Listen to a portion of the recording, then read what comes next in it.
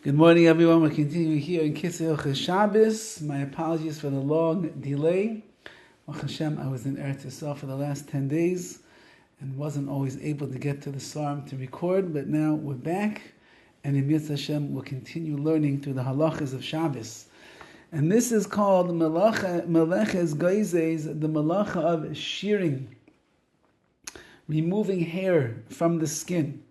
And he writes like this: Hagoizes sa'ar bein min ha'adam bein min ha'beima. Whether you remove the hair of an adam, of a person, or of an animal, afilu min ha'meisa, even from a dead animal or a person. Or if you uproot, you remove a feather from a bird, chayiv mishum goizes, you have just transgressed the prohibition of goizes, of shearing. So too, someone who cuts their fingernails, the toenails or the like on Shabbos, that's also goizes. That's called shearing. You're removing the hair.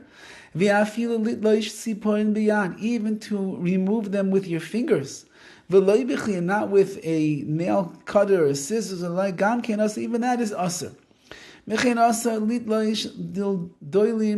Or so too, those pieces of skin that are hanging, you cannot remove those either. Sometimes you have pieces of skin that are surrounding your fingernails. Sometimes you have on your lips that one annoying piece of skin that ends up on your lip right at the beginning of Shabbos, and you know the halach is you're not allowed to remove it in the whole Shabbos until it falls off naturally, usually through eating and the like. You are in a gigantic nisayon over here of not to bite or pull that little piece of skin off of your lip. All of this is also because of goizes, shearing. And we said above, when it comes to KITZUR, which is the harvesting and the reaping, you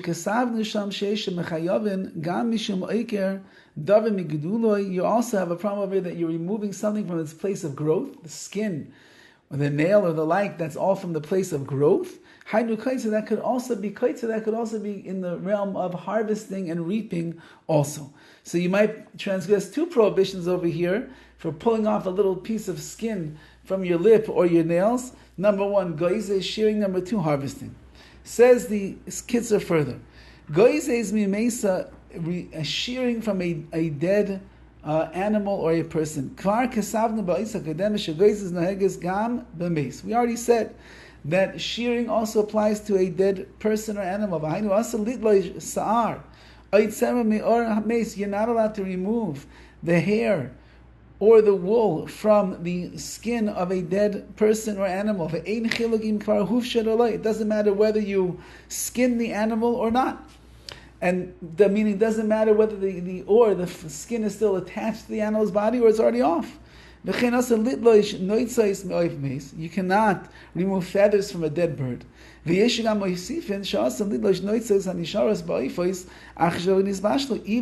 the feathers that remain on a bird after it was cooked, sometimes you get a chicken and it wasn't cleaned so well, and there's actually some little feathers that are still sticking to the skin, and now you baked it and you say, oh, I don't want to eat those feathers. And therefore you have to make sure that you clean the skin of the bird very carefully before Shabbos, so you're not left with feathers on the skin on Shabbos, and you have to decide what to do. Nevertheless, in a case of necessity, if the skin of the chicken was not cleaned so well before Shabbos, and there's feathers that are remaining there, you can rely upon the lenient opinions, and remove them even on Shabbos. But this you have to be careful to everyone. You can only remove the feathers when you're getting ready to eat the meal itself. Since you don't want them, they're like the psilis of Breira over here, what you don't want. And therefore it's like the peels of a fruit. You're only allowed to remove the peels. For example, there's no other way to eat an orange unless you remove the peel. but that peel is unwanted, so that should be buried. But we say, since there's no other way to eat the orange except if you remove the peel, samech la'achila, meaning close to the time that you're going to eat it, then you're allowed to. And so too over here he says, close to the time that you're going to eat the chicken, you don't want to eat the chicken with the feathers on the skin, you'd be able to remove the feathers. Kevan sheshava, telishas sar mimeis telishas sar michai.